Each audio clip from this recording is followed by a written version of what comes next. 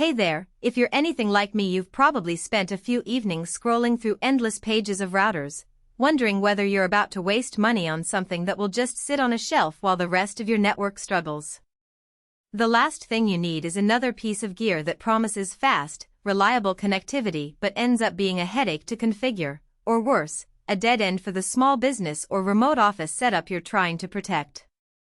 I spent a couple of days digging through the official specs, watching a few YouTube unboxings, and reading every technical forum thread I could find about the Cradlepoint E300 Cat7 router before I even plugged it in. If you're on the fence about whether this router is the right fit for your situation, stick around. I am breaking down the real-world pros, the hidden trade-offs, and who should actually consider buying it. Link is in the description if you want to check the product details on Amazon. First off, let's talk about the context in which the E300 sits.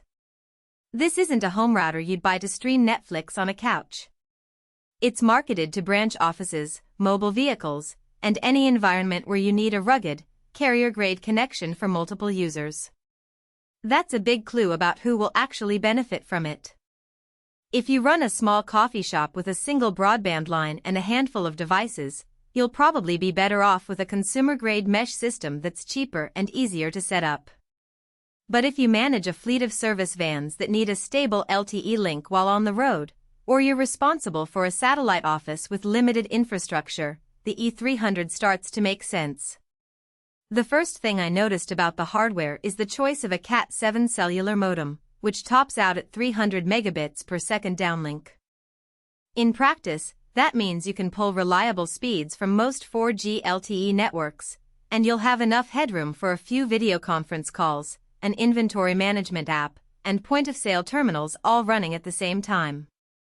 I tested it with a mid-range LTE plan in a suburban area, and the router consistently delivered 7,080 megabits per second on a busy afternoon, good enough to keep the checkout line moving and the back-office software responsive. If you're in a city where the carriers have already rolled out LTE Advanced or 5G, you'll see even higher peaks, but the real win here is stability. The E300's built-in carrier aggregation doesn't try to overpromise. It sticks to the best available band and holds the connection steady even when the signal dips a little.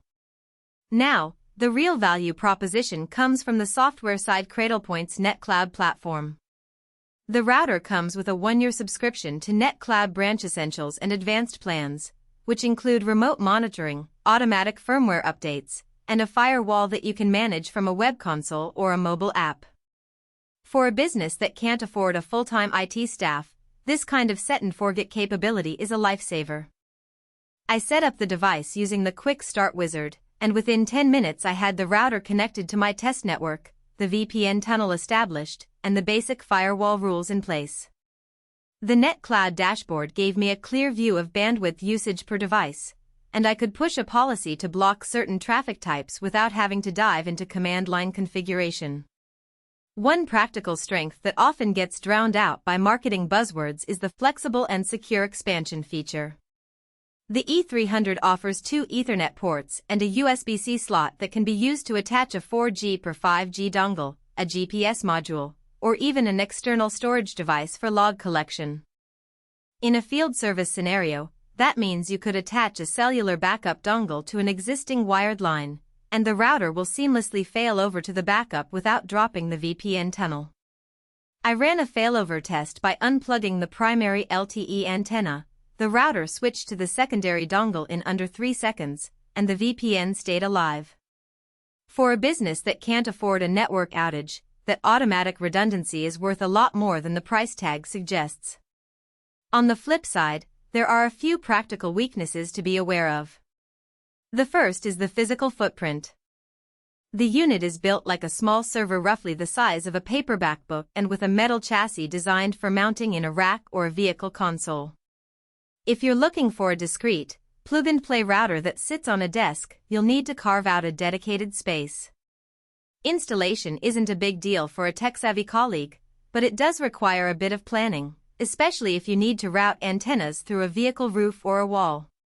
Secondly, the price point is noticeably higher than consumer routers. The cost is justified if you factor in the NetCloud subscription and the enterprise-grade features, but it can be a hurdle for freelancers or hobbyists who just need a reliable internet connection for a home office.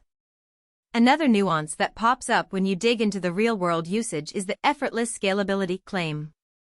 The router can handle multiple concurrent